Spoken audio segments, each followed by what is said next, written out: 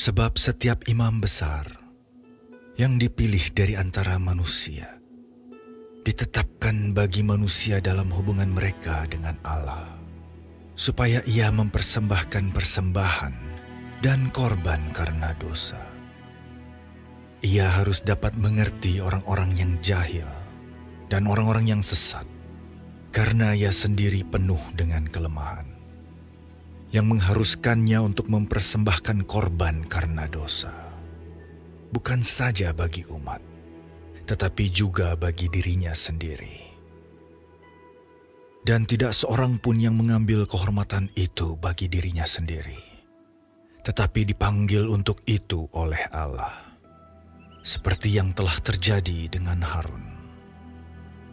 Demikian pula, Kristus tidak memuliakan dirinya sendiri dengan menjadi imam besar, tetapi dimuliakan oleh Dia yang berfirman kepadanya, "Anakku engkau telah kuperanakan pada hari ini."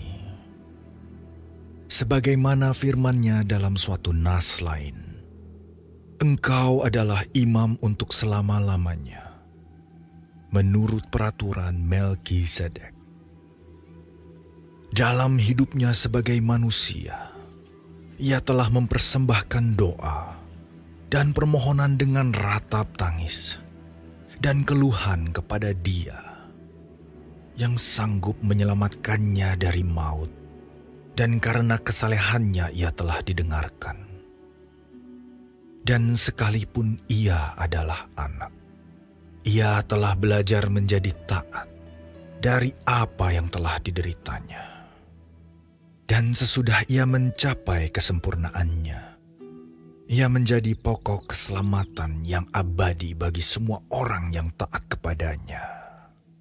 Dan ia dipanggil menjadi imam besar oleh Allah, menurut peraturan Melkisedek. Tentang hal itu banyak yang harus kami katakan, tetapi yang sukar untuk dijelaskan karena kamu telah lamban dalam hal mendengarkan. Sebab sekalipun kamu ditinjau dari sudut waktu, sudah seharusnya menjadi pengajar.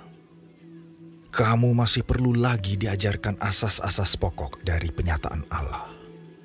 Dan kamu masih memerlukan susu, bukan makanan keras.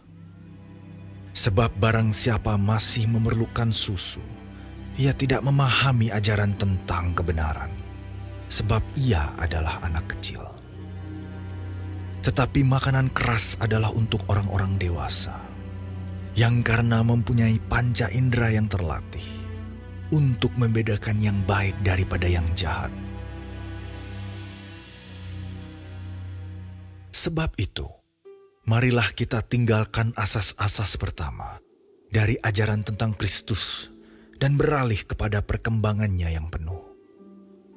Janganlah kita meletakkan lagi dasar pertobatan dari perbuatan-perbuatan yang sia-sia dan dasar kepercayaan kepada Allah, yaitu ajaran tentang pelbagai pembaptisan, penumpangan tangan, kebangkitan orang-orang mati dan hukuman kekal.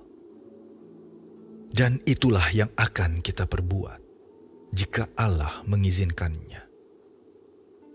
Sebab mereka yang pernah diterangi hatinya, yang pernah mengecap karunia sorgawi, dan yang pernah mendapat bagian dalam Roh Kudus, dan yang mengecap firman yang baik dari Allah, dan karunia-karunia dunia yang akan datang, namun yang murtad lagi, tidak mungkin dibaharui sekali lagi sedemikian, hingga mereka bertobat.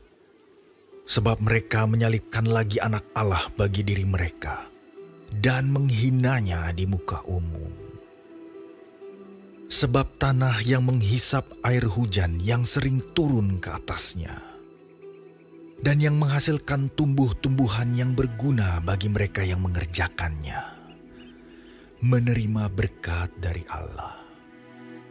Tetapi jikalau tanah itu menghasilkan semak duri dan rumput duri, tidaklah ia berguna dan sudah dekat pada kutuk, yang berakhir dengan pembakaran. Tetapi, hai saudara-saudaraku yang kekasih, Sekalipun kami berkata demikian tentang kamu, kami yakin bahwa kamu memiliki sesuatu yang lebih baik, yang mengandung keselamatan. Sebab Allah bukan tidak adil, sehingga Ia lupa akan pekerjaanmu dan kasih-Mu, yang kamu tunjukkan terhadap nama-Nya oleh pelayanan kamu kepada orang-orang kudus, yang masih kamu lakukan sampai sekarang.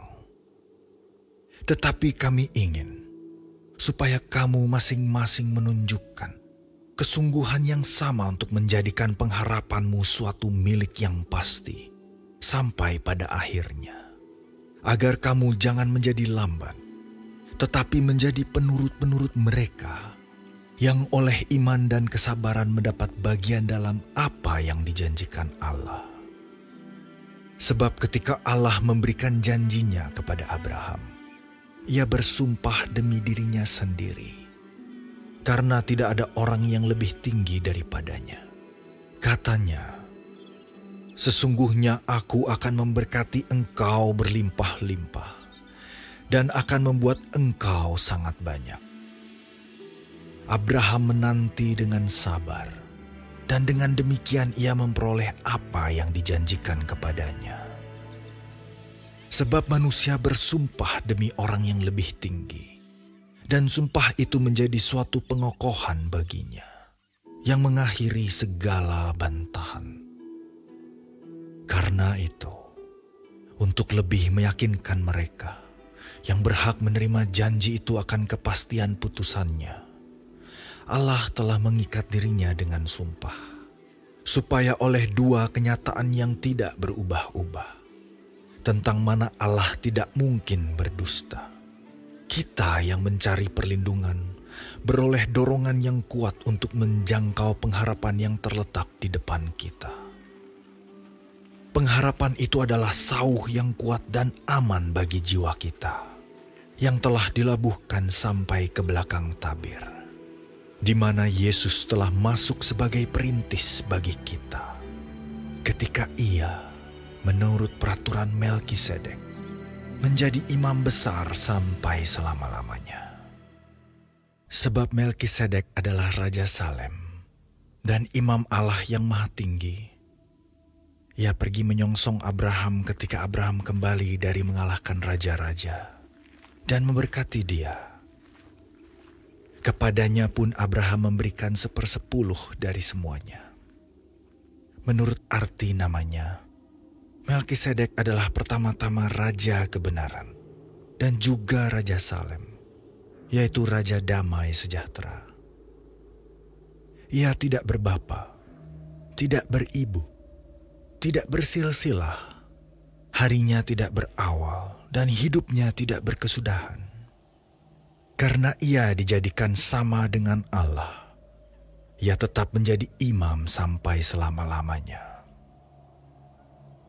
Camkanlah betapa besarnya orang itu, yang kepadanya Abraham, bapa leluhur kita, memberikan 1/10 dari segala rampasan yang paling baik, dan mereka dari anak-anak Lewi, yang menerima jabatan imam, mendapat tugas, menurut hukum Taurat, untuk memungut 1/10 dari umat Israel, yaitu dari saudara-saudara mereka, sekalipun mereka ini juga adalah keturunan Abraham. Tetapi Melkisedek, yang bukan keturunan mereka, memungut 1/10 dari Abraham dan memberkati dia, walaupun ia adalah pemilik janji. Memang tidak dapat disangkal bahwa yang lebih rendah diberkati oleh yang lebih tinggi. Dan di sini manusia-manusia fana menerima 1/10, dan di sana ia, yang tentang dia diberi kesaksian bahwa ia hidup. Maka dapatlah dikatakan bahwa dengan perantaraan Abraham dipungut juga 1/10 dari Lewi, yang berhak menerima 1/10, sebab ia masih berada dalam tubuh bapa leluhurnya ketika Melkisedek menyongsong bapa leluhurnya itu. Karena itu, andai kata oleh imamat Lewi telah tercapai kesempurnaan. Sebab karena imamat itu, umat Israel telah menerima Taurat. Apakah sebabnya masih perlu seorang lain ditetapkan menjadi imam besar menurut peraturan Melkisedek, dan yang tentang dia tidak dikatakan menurut peraturan Harun? Sebab, jikalau imamat berubah, dengan sendirinya akan berubah pula hukum Taurat itu. Sebab ia yang dimaksudkan di sini termasuk suku lain. Dari suku ini tidak ada seorang pun yang pernah melayani di mezbah. Sebab telah diketahui semua orang bahwa Tuhan kita berasal dari suku Yehuda. Dan mengenai suku itu, Musa tidak pernah mengatakan suatu apapun tentang imam-imam. Dan hal itu jauh lebih nyata lagi jikalau ditetapkan seorang imam lain menurut cara Melkisedek, yang menjadi imam bukan berdasarkan peraturan-peraturan manusia, tetapi berdasarkan hidup yang tidak dapat binasa. Sebab tentang dia diberi kesaksian, engkau adalah imam untuk selama-lamanya, menurut peraturan Melkisedek. Memang suatu hukum yang dikeluarkan dahulu dibatalkan, kalau hukum itu tidak mempunyai kekuatan, dan karena itu tidak berguna.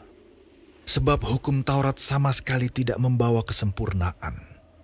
Tetapi sekarang ditimbulkan pengharapan yang lebih baik, yang mendekatkan kita kepada Allah. Dan sama seperti hal ini tidak terjadi tanpa sumpah. Memang mereka telah menjadi imam tanpa sumpah.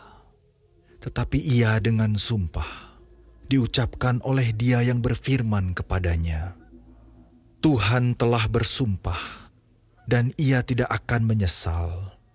Engkau adalah imam untuk selama-lamanya. Demikian pula Yesus adalah jaminan dari suatu perjanjian yang lebih kuat.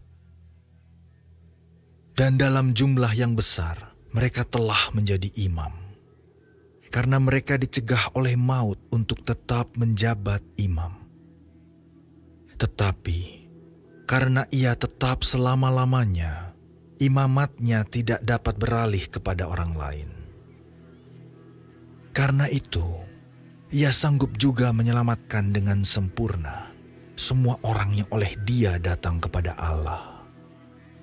Sebab ia hidup senantiasa untuk menjadi pengantara mereka.